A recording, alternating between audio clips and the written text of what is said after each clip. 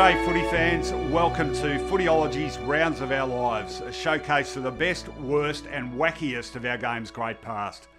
This week, Footy Headlines catches up with the younger brother of one of the VFL's biggest stars. We drop in on another post-match press conference, there's another vintage individual performance from the late 70s, and our match of the week is an elimination final thriller. But let's kick off at a gym near Collingwood's Victoria Park and take a look at the Incredible Hulk, Mark II. This mighty man with biceps measuring 20 inches, a chest of 52, and with strength to toss around weights of 350 pounds or more, is actually a footballer. And one with a brilliant pedigree. Recognise the family resemblance?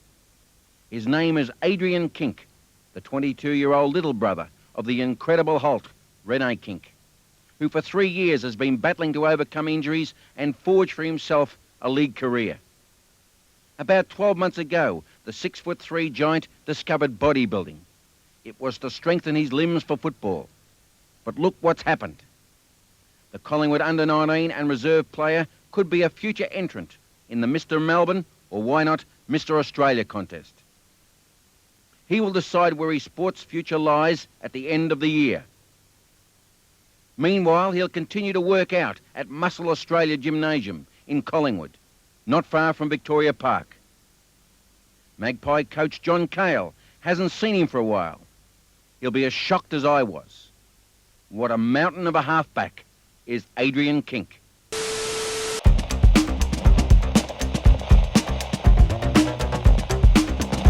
It's remarkable. 11 new players for the year.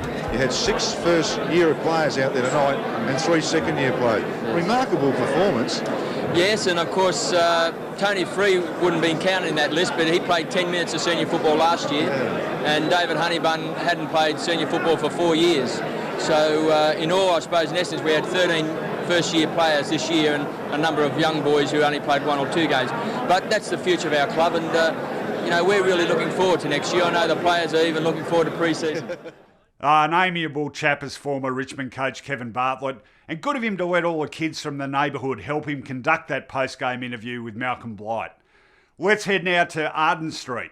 It's round 5, 1978. North Melbourne and Collingwood are in a rematch of the previous season's grand final, and one kangaroo who hadn't been there on that big day seemed determined to make up for it this time. Check out North Melbourne centreman John Burns, on fire.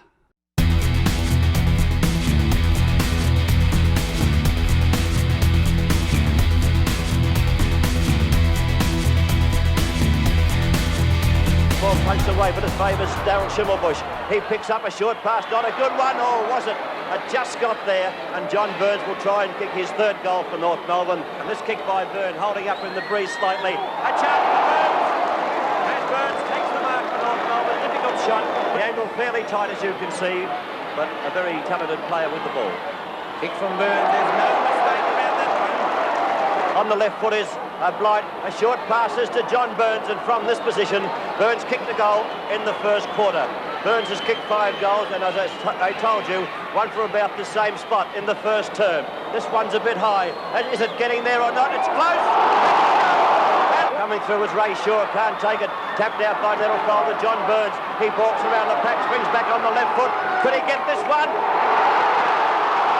Yes, he has!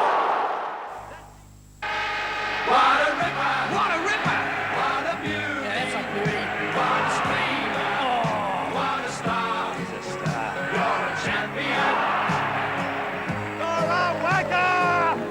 But it doesn't matter who you are. The game's not the same without a 4 and 25. You gotta have a 4 and 25. A great Australian.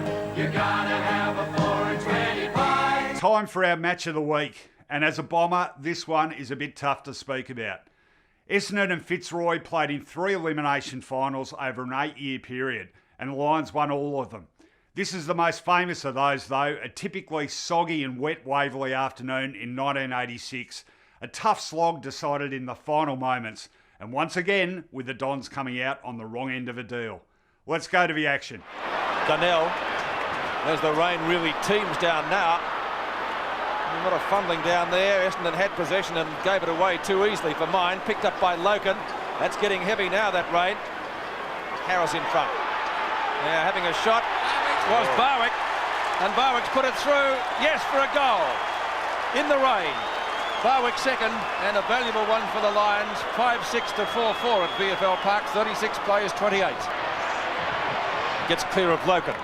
Short pass by the Bomber defender. The mark taken by Madden. Madden on right centre wing. He's gone for a short pass. That's effective down to Duckworth. Duckworth again. Short to half forward. Hawker seemingly everywhere. Marks but 50 metres from goal. Poor defence by Fitzroy. Bomber players everywhere. Richardson a clear shot at goal. 4 points. Bombers back in business. In no uncertain terms. 5-6 to 5-5. The Lions by a point. And in my way of thinking, the Bombers are starting to look a lot better now. Short pass. And there's Van der Hart. away from range. He's had a bad trot over the last 7 or 8 or 9 weeks with a bad injury. There's a broken rib. That's a goal. And that's put the Bombers in front. And that's a pretty handy goal against the wind. 6 goals, 5-41. For Fitzroy, 5-7-37. 15-metre penalty this time. He's not taking that. Plays on straight away. Out to Stephen Clark, who's just come back onto the ground. From 45 metres out, he can score one. He has! The Bombers are going right on with the job. The reigning premiers looking good. 5-8 to 7-5. Ball goes back to Leon Harris. Takes the mark out there on that about 60 metres out. That's nearly a mark there to McGrath, but the umpire's not playing that. He dropped it at the last moment. Fitzroy finding it hard to break through. The umpire's found a free kick. It'll go to Fitzroy. There's the kick. That's a beautiful kick by Bernie Harris, and it's a goal. A very handy one indeed. So it's 6 goals, 8-44. Fitzroy to Essendon, 7-5-47. Danaher played a great game for Essendon. Out to Mick Thompson. Loken. Clayton kick is short. Big pack of players down there. Donnell down. Bernie Harris. Oh, he didn't see Condon in the goal square, but the kick is okay. It's a goal. Oh, what a shot. That's his second. 7-8 to 7-5, and Fitzroy hit the front. Now it's Essendon's turn to attack. Duckworth behind. Elshaw out to Duckworth. Not a long kick. Gary Pert has not made a mistake all day. He called play on. Hawker. Shot at goal. Is through. Now they're in front by a point. But this will suit Essendon. Richardson ran into a brick wall. He's lost out of time on the ball. And the Fitzroy side have still got a chance as the ball comes down there now. Harris dodges. He's clear. Goes for the long kick. If they get a goal here, Conlon's got it. He could kick a goal to put him in front. He has. Huh.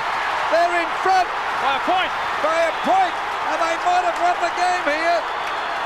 What a sensation. Oh, well, he's only had a touch all day, this fella. He's got the goal that could have won the match. Full credit to them, even if they lose this match, but they're a point in front. Now there it is, they have won it! Congratulations, Fitzroy. And the Lions are into the first semi-final. The reigning premiers are out of contention. What a sensational finish to an elimination final. And the Bombers can't break their hoodoo of trying to win an elimination final. It's only won one of them now out of 7 attempts, and Fitzroy into the first semi-final. The final scores: Fitzroy 8 goals 10, 58, defeating Essendon 8-9, 57. Well, that's it for this week, but before we go, we're calling for your input. Send any requests, suggestions or little gems you may have on the nostalgia front to info@footyology.com.au. And remember, like those kids in the cheer squad carrying the blanket around the boundary line at halftime looking for donations and getting pelted with loose change, so are the rounds of our lives.